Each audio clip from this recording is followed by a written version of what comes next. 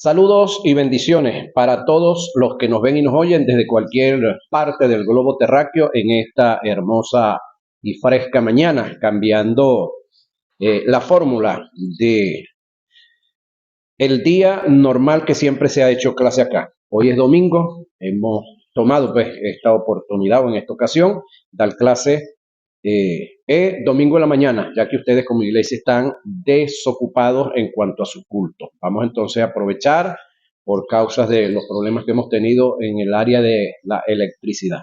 Vamos a la materia número 9. En este núcleo número 17 nos toca ver sanidad divina. Recuérdense que este es un núcleo o una escuela, perdón, integral, un instituto que enseña integralmente espíritu, alma y cuerpo. Entonces, en todo lo que tiene que ver el ser humano integralmente, tenemos material, enseñanza y orientación. Como ya todos saben, comenzamos con lo espiritual, hablando de la fe, que es la primera materia formalmente de teología, porque la otra materia que vimos no es teología, es la base para entender la teología, lo que es los códigos y reglas de interpretación, luego de conocer qué es fe, de saber que tenemos fe, de identificar quién es el autor y consumador de la fe. Entonces nos fuimos a estudiar sobre la vida del autor y consumador de la fe, que es Jesús el Cristo, Jesús el Mesías, Jesús el Hijo de Dios. Luego de conocer un poco, porque no tenemos todo el conocimiento pleno de Jesús, no está todo escrito acá, no hemos tomado todo lo que la Biblia enseña acerca de Jesús, pero sí parte, considerándolo lo más importante. Luego de conocer entonces a Jesús, hasta donde logramos por la parte escritural, entonces nos enteramos, nos dimos cuenta que Él murió, resucitó, estuvo 40 días con sus discípulos y ascendió a los cielos. Entonces entendemos ahora que los discípulos no quedaron solos. Nos fuimos a estudiar entonces neumatología, la vida del espíritu y de los espíritus. Luego nos fuimos a estudiar los dones, luego vimos adoración y así hemos ido avanzando. Aquí vamos a hablar entonces acerca de la parte física de la iglesia, es decir, la casita donde usted vive, su cuerpo, promesas y bendiciones que están para su cuerpo. Y muy especialmente cuando hablamos de la sanidad divina, no vamos a hablar de promesas, porque en el Antiguo Testamento la sanidad fue una promesa. En el Nuevo Testamento la sanidad es una bendición. Vamos a hablar de una verdad posicional y a la vez vamos a hablar de una verdad posesional. Y el que esta verdad posicional sea en usted una verdad posesional, depende no de Dios, depende suyo y depende de mí.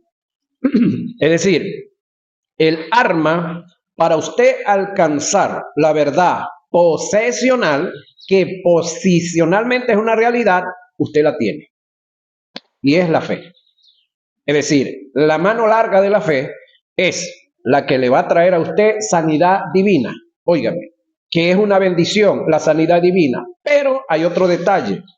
Yo considero, Octaviano Torres considera que aún es más bendición que Dios te esté sanando que te mantenga sano. ¿Sí? Es más bendición que te esté sanando de alguna enfermedad, que te mantenga sano, que no venga ninguna enfermedad sobre ti. Eso lo considero yo. Mi cuerpo nunca ha sido tocado por un médico con un bisturí.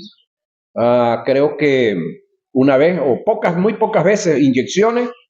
Creo que nunca he estado, no, nunca que yo recuerdo hospitalizado. Suero no, en el plato. Pero suero así por la vena, que yo recuerde, no. Soy donante de sangre, sí. Posiblemente mañana vaya a donar sangre. Vaya con mi hija por el asunto de la tragedia que hay. Soy donante, tengo incluso mi carnet como donante de sangre desde hace varios días por ahí. Desde que tenía 24 años, si mal no recuerdo, que andaba yo por Cumaná. Hace unos cuantos días atrás. Bueno, vamos entonces al tema, sanidad divina. Reitero, en el Antiguo Testamento fue una promesa, en el Nuevo es una bendición. Oiga lo que dice el texto. Y recorrió Jesús toda Galilea, enseñando en las sinagogas de ellos. Esto me llama la atención, de ellos, no dice de él. Y predicando el evangelio del reino. Importante esta expresión, predicando el evangelio del reino, que no es el que usted y yo que tenemos que predicar.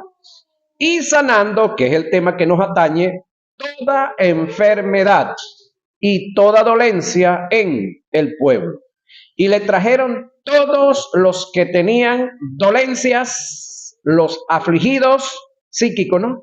Por diversas enfermedades y atormentados, los endemoniados, lunáticos, paralíticos, y los sanó. Y los sanó. Mateo 14, 14. Algo similar nos llama la atención a Éxodo 14, 14, ¿verdad? Jehová peleará por vosotros y vosotros estaréis tranquilos. Pero en Mateo 14, 14, reitero, suelta esta gran y hermosa expresión que quiero que amplifiquemos y que la analicemos desde el punto de vista teológico y que hagamos un pequeño análisis, ¿sí? En la vida del Antiguo Testamento hubo una serie de profetas, hubo una serie de hombres y mujer, hubo una, es decir, hubo una muy sonada, en las cuales estas señales que se están viendo acá en Jesús nunca se vieron en ellos. De eso quiero que usted tenga claridad. Muy especialmente todos los que me ven por el video y los que me oyen por la grabación que estamos haciendo acá también, el audio, que analizan lo siguiente, sobre todo nosotros los predicadores, óiganme, predicadores y predicadoras de la Biblia, que veo con tristeza predicadores que no salen del Antiguo Testamento. Eso es Moisés para allá, Elías para acá, Eliseo para allá. Háblenme de otro del Antiguo Testamento. ¿Cómo? Isaías para allá, Zacarías para acá, Jeremías para acá y cuánto más. Yo quiero que usted haga un análisis, como dijo uno por ahí, con cabeza fría y nervios de acero, sobre las acciones que se vieron en el ministerio de Jesús. Analice usted a ver si a alguno de los del Antiguo Testamento se le vieron estas señales que acabamos de expresar en Jesús. 1. Recorría Jesús toda Galilea. Eso lo hacían ellos también, los del Antiguo Testamento, hablando de profetas, reyes, jueces y sacerdotes. Ahora, enseñando en las sinagogas de ellos. Eso también lo hacía esta gente. Y predicando el evangelio del reino. Algunos de ellos predicaron acerca del rey que venía a tomar, que iba a nacer, el Mesías Cristo. Sí, eso era predicar del evangelio del reino, pero más de 330 profecías acerca de este individuo, pero de lo que viene ahora, y sanando toda enfermedad y toda dolencia en el pueblo. ¿Dónde usted consigue a un Isaías orando por alguien y sanando? ¿Dónde usted consigue a un Malaquías orando por alguien y sanándolo? ¿Dónde usted consigue a un David orando por alguien y sanándolo? ¿Dónde usted consigue a un Moisés, a un Eliseo, a un Gedeón, a un, llámese como se llama en el Antiguo Testamento, que se hayan cumplido estas grandes manifestaciones? Por lo tanto, cuando Juan el Bautista estaba en Calamucao, ¿sí?, con la mente enredada, y le manda a preguntar a Jesús si es él el que se había de esperar o habría que esperar a otro, ¿qué fue lo que le dijo Jesús? ¿Le dijo yo soy? No, lo mandó a ver el Antiguo Testamento. Lo mandó a que se recordara que había uno solo sobre quien estas señales se iban a manifestar. En pocas palabras, le dijo: Juan, tú sabes, tú conoces, en ti está el Espíritu, no te preocupes, no tienes que estar esperando a más nadie.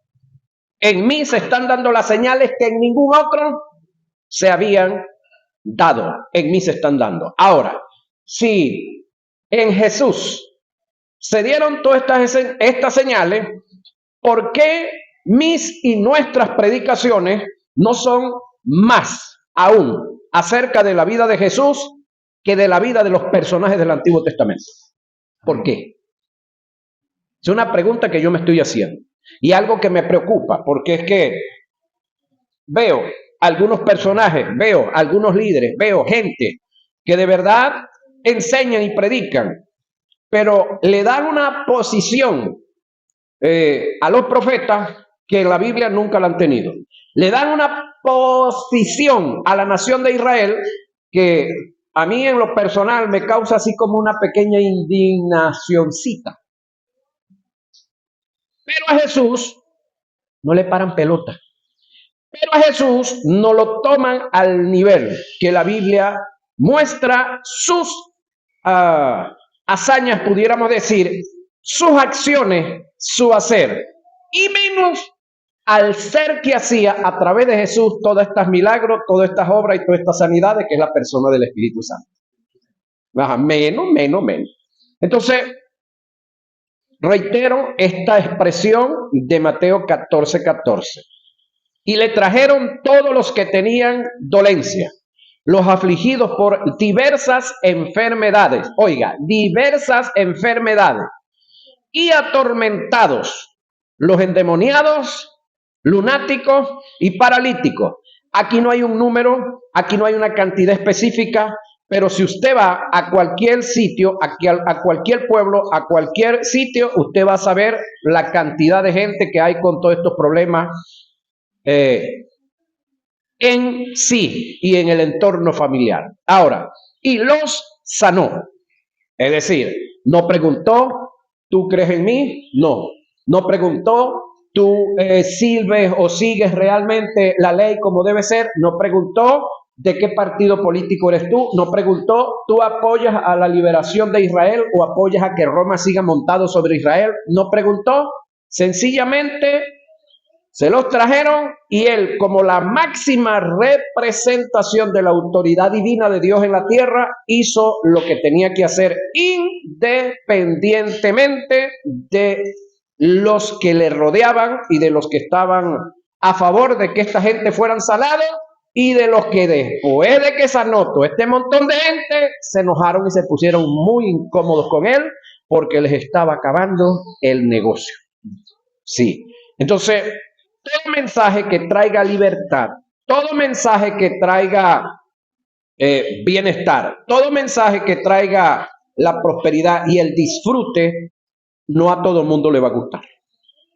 Hay gente que tiene mentalidad de esclavo y de esclavizante. Entonces, solamente los que tenemos mentalidad de hombres libres y las que tienen mentalidad de mujeres libres se van a alegrar de la libertad de otros. Libertad espiritual, libertad psíquica y libertad física también. Ahora, en Mateo 4, 23 y 24, y saliendo Jesús vio una gran multitud, oiga, y tuvo compasión de ellos. El término compasión tiene que ver con compungirse, sentir dolor por dentro, que se le remuevan las entrañas. Tuvo compasión de ellos. Algunos de nosotros, cuando hablamos de algunos individuos, dicen, no, da lástima. No, nadie a usted tiene que darle lástima, señores y señores. Tiene que haber compasión. Pero una cosa es la compasión y otra cosa es moverse a misericordia, que es en este caso lo que realmente hizo Jesús. Tuvo compasión de ellos y sanó a los que de ellos estaban enfermos. También Mateo 4, 23 y 24. La sanidad divina es una parte esencial del Evangelio del Reino, la gran verdad de que Dios es sanador, aparece a través de toda la Biblia. Tanto el Antiguo como en el Nuevo Testamento testifican la provisión de Dios para la sanidad de la humanidad. Una extensa porción del ministerio terrenal de Jesús estuvo relacionado con proporcionar sanidad física a los enfermos y afligidos.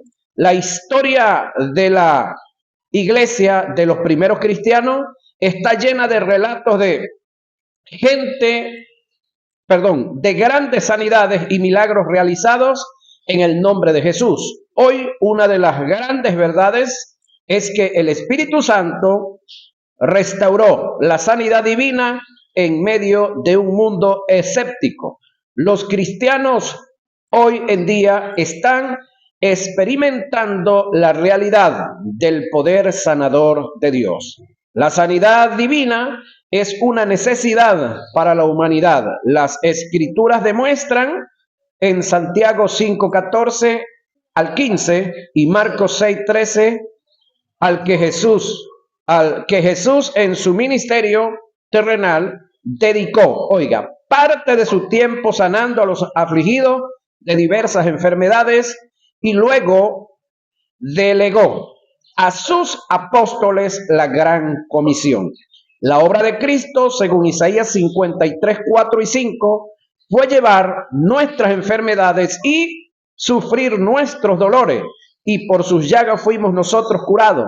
Un primer cumplimiento de esta profecía estuvo en el ministerio de sanidad realizado por Jesús en el territorio donde estaba actualmente Palestina, en aquel entonces reino de Judá, Mateo 8:16 al 17. Sus milagros de todo tipo fueron la señal de su victoria sobre el mal y sobre la muerte, además de la prueba deslumbrante de su propia divinidad. Pero fue sobre la cruz que llevó nuestro pecado con toda su consecuencia física y morales. Es allí que consiguió para nosotros la redención total del alma, cuerpo, mediante la resurrección. Ahora, quiero acotar algo acá de lo que decía al comienzo del texto. Jesús estaba en la sinagoga de ellos. ¿Quiénes eran ellos? Los judíos. Porque Jesús no es, aunque Jesús venía del más allá, hablando de su espíritu, de ese más allá usted también vino. ¿Sí? Del mundo espiritual. Nacido como cualquier otro, pero en una condición y una posición milagrosa que no está usted ni estoy yo. Ahora, ¿qué predicaba Jesús? El evangelio del reino. ¿Por qué hago hincapié a esta parte del evangelio del reino? Porque el evangelio del reino es el evangelio que me habla de un rey y de un reino al cual él vino a establecer y estableció. Y el evangelio del reino que predicó Jesús no es el mismo que usted y yo tenemos que predicar o debemos de predicar. ¿Por qué razón? Porque Jesús estaba hablando de él, sí, de él y de su obra vicaria y redentora. Pero usted y yo tenemos que predicar es de él y de la obra que hizo en el Calvario. Que con la obra que hizo en el Calvario es que él pagó ante un Dios airado por causa del pecado, pagó la deuda que había con Dios por causa del pecado, y la ira de Dios vino sobre Jesús. Toda la ira de Dios vino sobre Jesús para de ahí en adelante no derramarla sobre más nadie. Por lo tanto, lo que usted acaba de ver en nuestra nación, y no solamente en nuestra nación, eso se dio simultáneo en 3 naciones más, en el mismo territorio de Estados Unidos, en Japón, y hay otra parte en... Sí, y ayer en República Dominicana y en el Perú también. Entonces, es decir, estos acontecimientos que están dándose no tienen nada que ver con la ira de Dios, porque la ira de Dios toda cayó sobre un hombre llamado Jesús hace 2023 años. Para no hacerlo sobre más nadie. El que no entiende lo que se dio en la cruz del Calvario, redención, remisión y propiciación, muy especialmente propiciación, entonces le va a estar achacando a Dios este acontecimiento y otros acontecimientos más. ¿Qué pasa? Ignorancia pura. ¿Qué sucede? Que no conozco al Dios de la Biblia. Yo conozco al Dios que a mí me han predicado, pero al de la Biblia no. Entonces tenemos gente ahorita predicando el evangelio del reino, pastor. Y el evangelio que yo tengo que predicar ahorita es el de la cruz. ¿Por qué razón? porque la iglesia se le encomendó es hablar del que murió en la cruz, de la redención, de la remisión, de la propiciación que ahí se dio, que trajo como resultado la regeneración.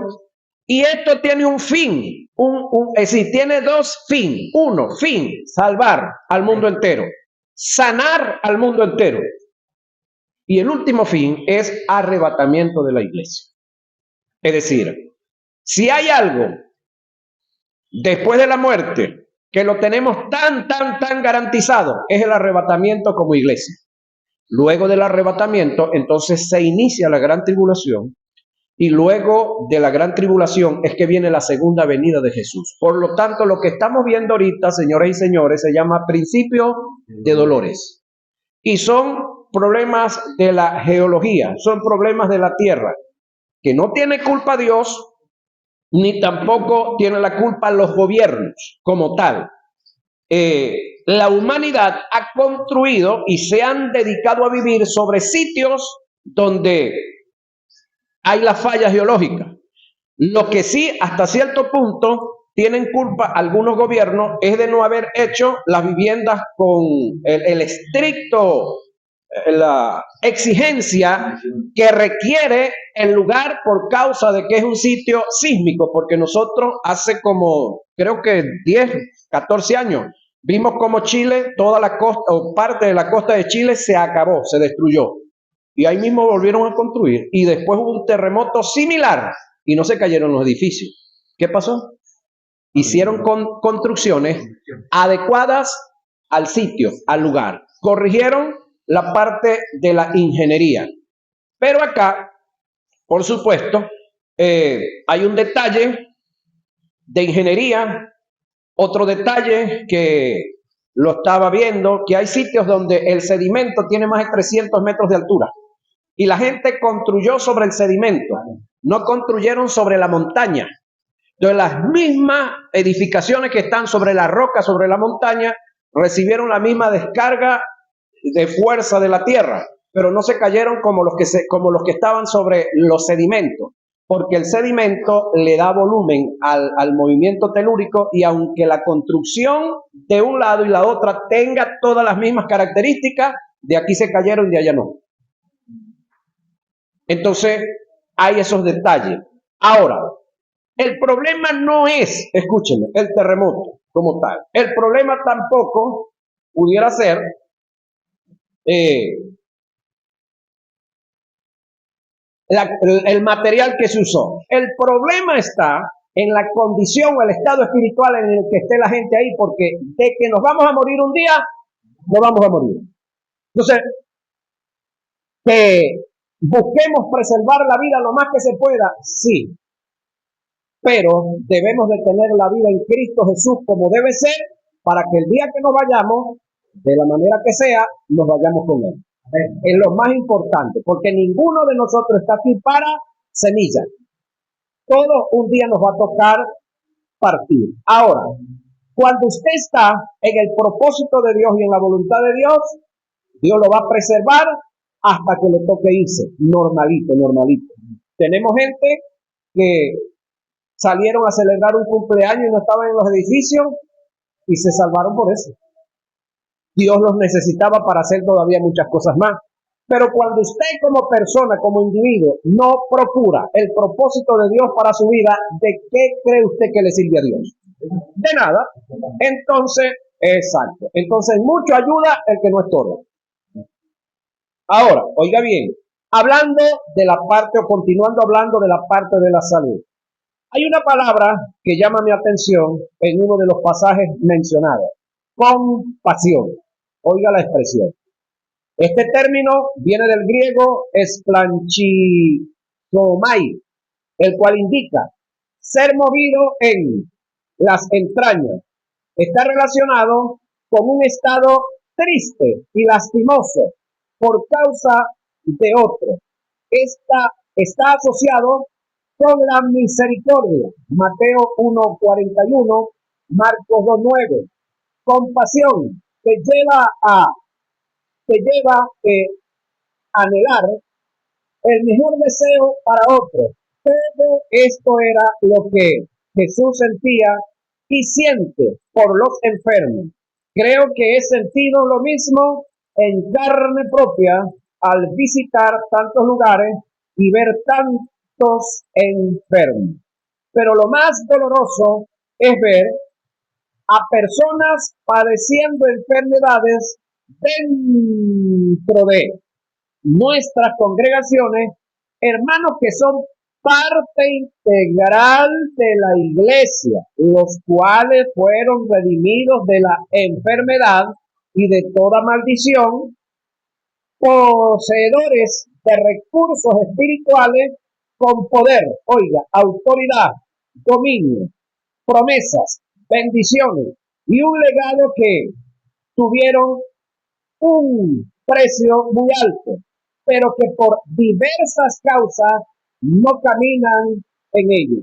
El objetivo de este estudio es a conocer las eh, verdades en torno a la sanidad como parte de la salvación.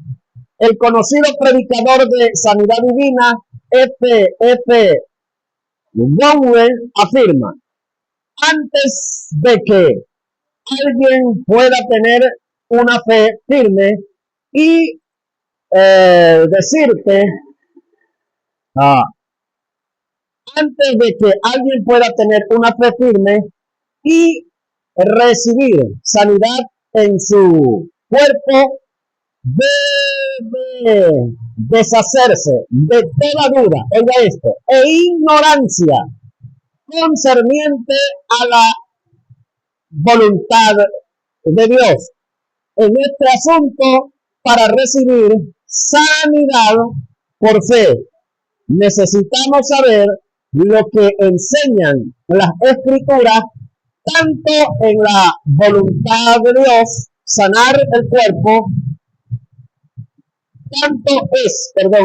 la voluntad de Dios sanar el cuerpo, como lo es sanar el alma. Hasta tanto no conozcamos cuál es la voluntad de Dios, no tendremos nada en donde basar nuestra fe.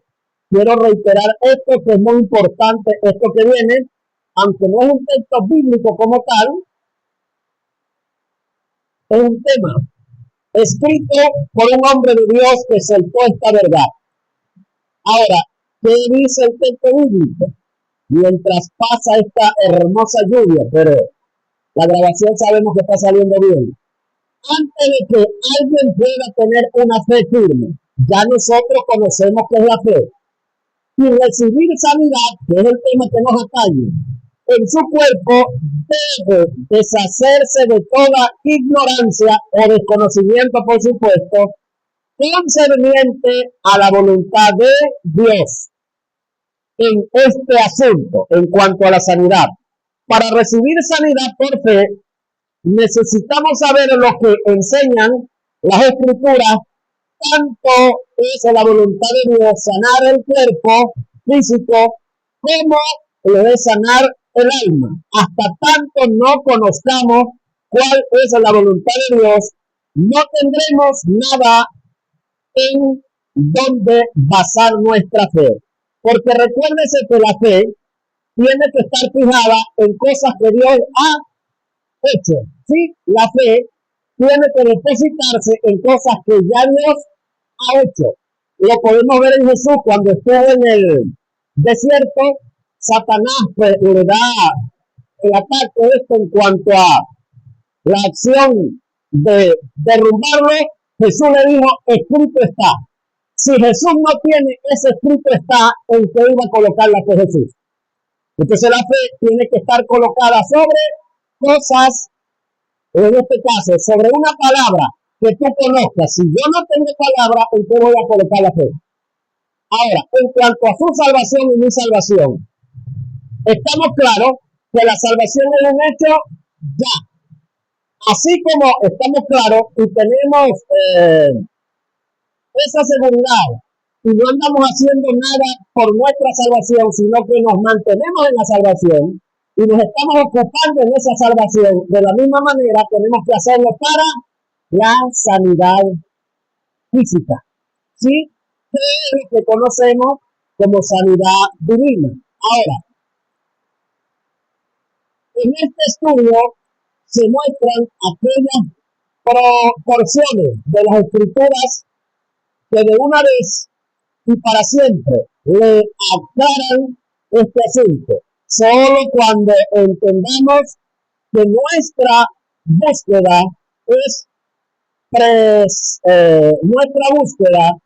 precisamente lo que Dios promete, toda duda podrá ser quitada y una fe constante transformará en una realidad cada una de las promesas y bendiciones destinadas por Dios para su pueblo. Es decir, cada vez que yo conozca, o a medida que yo vaya conociendo, y mi fe esté firme en ese conocimiento de esa verdad que ya tengo, de esa verdad que en el mundo espiritual es una realidad, pero que en el mundo físico, que en el mundo suyo y mío natural no la tenemos, necesitamos conocerla. Necesitamos conocer que ya es una realidad. Que así como ya para usted la salvación es una realidad y usted está ocupado en esa salvación con temor y temblor, orando, ayunando, congregándose, vigilando, manteniéndose en santidad, aferrado a una verdad. ¿Cuál verdad? Isaías 53, 4 y 5, que la primera parte dice que él molido fue por nuestros pecados, el castigo de nuestra paz fue sobre él. Ese es el texto, pero el contexto le dice, y por su llaga fuimos nosotros curados. Es decir, el mismo texto, en el mismo texto están enmarcadas las dos bendiciones. ¿Cuál? La salvación, que encierra redención, remisión, propiciación, que trajo como resultado la regeneración. Pero en ese mismo texto también está enmarcada la sanidad divina. El detalle es que usted y yo solamente nos hemos quedado en salvación. ¿Pero por qué nos hemos quedado en salvación? Porque su predicador, mi maestro, mi enseñador, mi pastor, mi apóstol, mi mentor, me ha hablado de salvación y de sanidad, de santidad. Entonces, hemos conocido, hemos aceptado, hemos creído y hemos depositado fe. Como resultado, ¿qué tenemos? Salvación. ¿Qué tenemos? Santidad. Pero tendremos sanidad también. En el mismo texto está la promesa, está la bendición de la sanidad. Entonces, la salvación ya no es una promesa, es una bendición. La santidad también es una bendición, pero la sanidad física también es una bendición. Que hay algunas cosas que vamos a descubrir más adelante, que el cuerpo humano se va desgastando y hay el desgaste físico, y entonces a veces queremos el desgaste físico, queremos verlo como enfermedad, lo vamos a ir aclarando. Es decir, el por qué yo uso estos lentes. ¿Tengo la vista enferma? No. Yo veo tranquilamente. Ahora, aquí, para la lectura, sí necesito una pequeña cooperación. Entonces, esto ya es desgaste físico, no es enfermedad. El problema de las personas que sufren de glicemia. La glicemia también es un problema de desgaste porque abusamos de nuestro páncreas. Un páncreas que producía insulina para, qué sé yo, 300 gramos de azúcar diaria, pero le metimos 600 gramos de azúcar diaria. Hicimos que el páncreas, que vino para 80 años funcionando bien, en los primeros 40 años se desgastara. Entonces ya hay un desgaste, no es enfermedad. Dios puede hacerlo de nuevo, sí, pero usted pudo mantenerlo también. O no pudo mantenerlo. Pero el abuso, cuando el muchachito lloraba, le zampábamos la chupeta, cada rato le dábamos plata para que fuera para la bodega, al bodeguero le interesaba, pero tú estabas acortándole la vida útil al páncreas de tu niño. Ajá, ajá, exacto.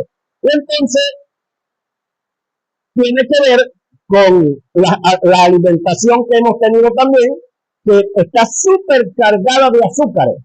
Ahora, tiene que ver también con las empresas que producen la alimentación, que están haciendo el mismo trabajo, porque la empresa que produce la alimentación hasta cierto punto es la misma que trabaja con la salud.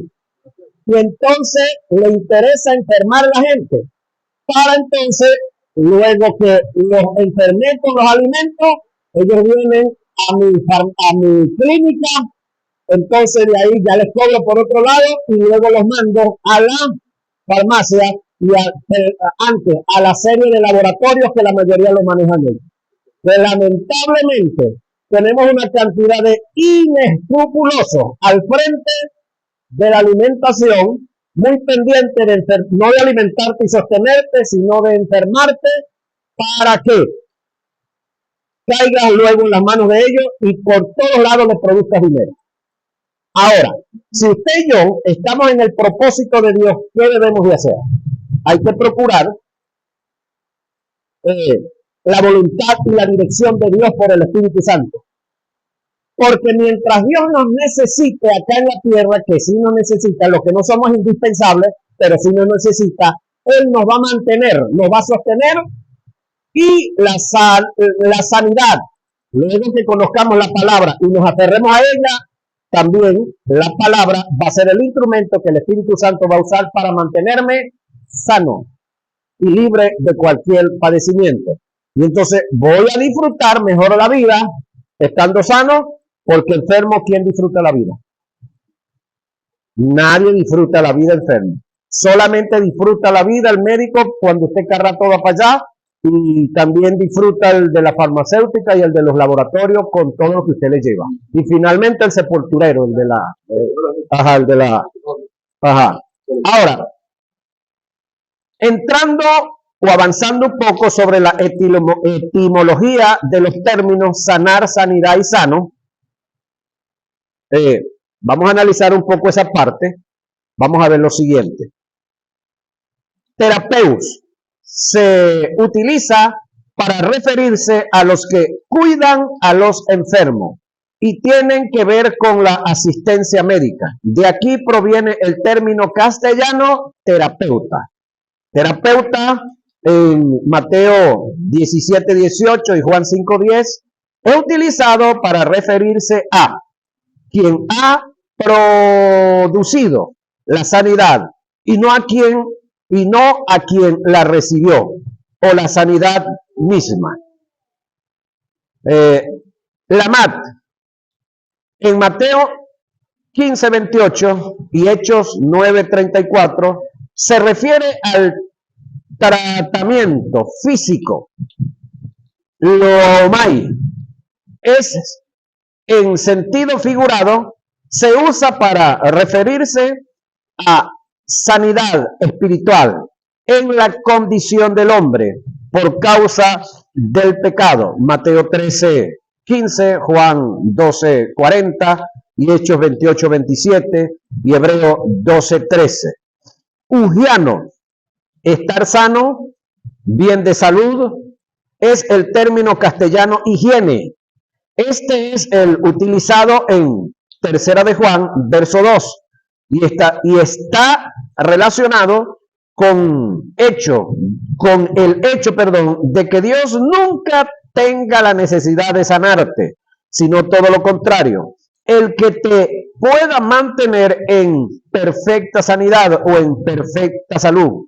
También es utilizado en los evangelios para referirse a la restauración de un cuerpo enfermo. Mateo 12:13, 15:31, Marcos 3:5 y 5:34, Lucas 6:11 y Juan 5:4 y Hechos 4:10. Por favor, leen y estudian los textos bíblicos en su casa y hacen el análisis. Ahí esto tiene que ver con higiene, del griego ugiano. Soso, salvo, traduce como el verbo sanar en Marcos 6:56 Juan 11:12 y Hechos 4:9 y 14:9. Hecho se traduce como sanar, Marcos 16:18, será sano. Tras analizar etimológicamente los términos sanar, sanidad y salud, que es lo que acabamos de hacer, hay ciertos factores que la iglesia debe entender concerniente a la sanidad. ¿Qué es lo que la iglesia debe entender concerniente a la sanidad? La iglesia debe entender que la enfermedad tuvo su origen en el pecado. Ahora, si la enfermedad tuvo su origen en el pecado y lo que le ha dado poder a la enfermedad para hacer su labor y su trabajo en el ser humano a través del pecado, debemos de buscar el origen del pecado. Si buscamos el origen del pecado desde el punto de vista terrenal, el Edén, en la persona de Adán. Desde el punto de vista espiritual, el pecado tuvo su origen en el cielo, en el mundo cosmogónico, en un individuo llamado Luzbel. Por tanto, debemos de estar claros en lo que les voy a expresar, a decir, que es lo siguiente. El pecado, cuando hablamos de el pecado, estamos hablando de algo psíquico, mental, físico o espiritual. Analice lo que le estoy diciendo. Cuando hablamos de el pecado, buscando su origen, ¿sí? Que le dije que el origen desde el punto de vista espiritual es divino, porque se dio en el cielo. Cuando hablamos de el pecado, estamos hablando de algo espiritual, pregunto, psíquico o físico. ¿Alguien puede responder? Espiritual, sí. ¿Por qué espiritual? Porque el individuo en el que se originó era un ente espiritual divino. Correctísimo. No se dio en la tierra. Ese mismo pecado vino y se transmitió a un individuo en la tierra. Entonces, cuando hablamos de el pecado, usando esa expresión, el pecado, estamos hablando de una acción espiritual, no psíquica, que es pecado de omisión, no física, que es pecado de comisión. Ajá. Entonces, por causa del pecado, vino las muertes, la espiritual y luego la física, y vinieron también las enfermedades. Entonces, muy importante estar claro en esta parte del origen del pecado para que entonces le diera espacio a los pecados. Porque hablar del pecado es una cosa y hablar de los pecados es otra cosa. Aunque la palabra pecado quiere decir errar al blanco. Pero se puede errar al blanco en lo espiritual y se puede errar al blanco en lo psíquico y en lo físico. Entonces, ahí es donde está el detalle del cual vamos a desarrollar en nuestra próxima clase, muchachos, porque se nos fue el tiempo. Ya tenemos 43 minutos. A beber café.